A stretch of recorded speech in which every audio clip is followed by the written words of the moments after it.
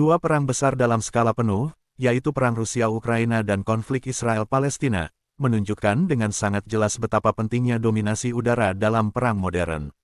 Dalam kedua konflik ini, peran Angkatan Udara menjadi elemen penentu, baik dalam mempertahankan wilayah maupun dalam menyerang target musuh. Ketidakmampuan untuk menguasai atau setidaknya menyeimbangkan kekuatan udara, seringkali menjadi alasan utama kegagalan strategi militer di medan perang. Di Ukraina, serangan balasan yang dirancang untuk merebut kembali wilayah selatan, termasuk Crimea, sangat bergantung pada kekuatan udara.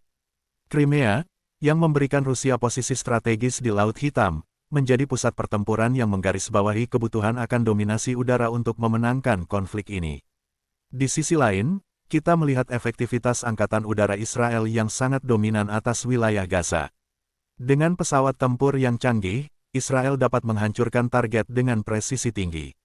Namun, dominasi Israel juga bergantung pada lemahnya pertahanan udara Hamas, yang tidak memiliki kapasitas untuk melawan, bahkan pesawat tempur yang berusia hampir 5 dekade seperti F-15.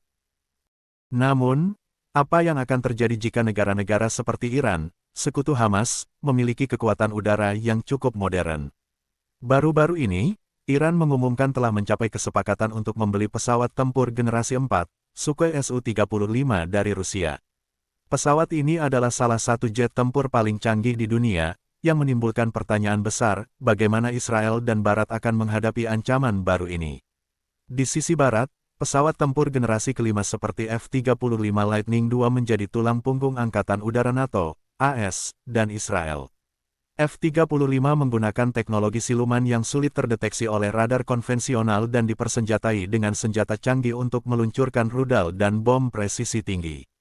Namun, pesawat ini juga memiliki kelemahan.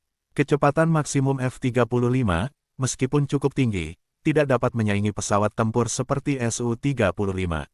Dalam mode afterburner, F-35 mampu mencapai Mach 1,6, tetapi ini menyebabkan konsumsi bahan bakar yang tinggi dan mempercepat keausan mesin. Bandingkan dengan Su-35 Rusia, yang memiliki kecepatan maksimum Mach 2,3, dan dapat terbang tanpa afterburner pada kecepatan Mach 1,1.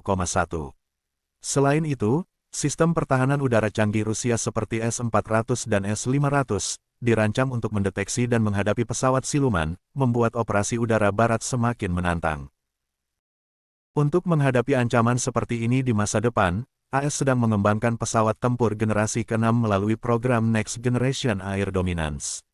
Salah satu proyek paling ambisius dalam program ini adalah pengembangan pesawat SR-72, Dark Star, penerus legendaris SR-71 Blackbird.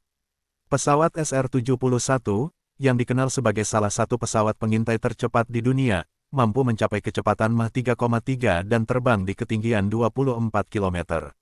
Dalam sejarahnya, SR-71 tidak pernah ditembak jatuh, meskipun sering melintasi wilayah udara musuh. Kini, SR-72 dirancang untuk melampaui pendahulunya dengan kemampuan hipersonik hingga Mach 6, atau 7.350 km per jam. Kecepatan hipersonik ini, memberikan SR-72 keunggulan luar biasa.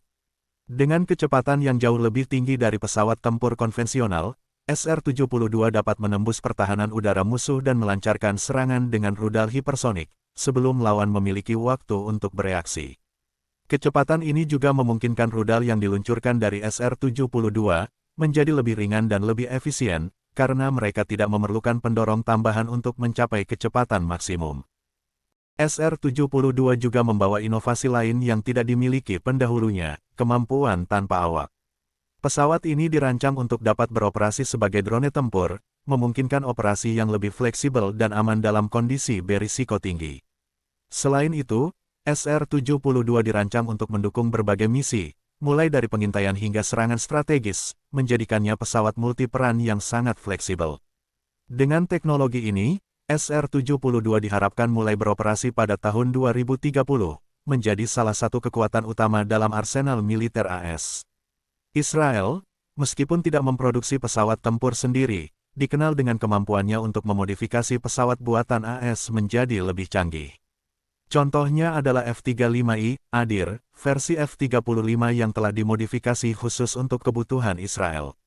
Dengan sistem avionik dan persenjataan yang disesuaikan, F-35I dianggap sebagai salah satu pesawat tempur paling maju di dunia.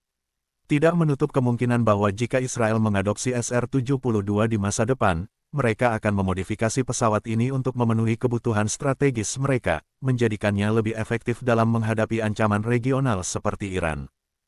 Teknologi ini membawa optimisme bagi Barat dalam menghadapi tantangan yang terus berkembang dalam dominasi udara global.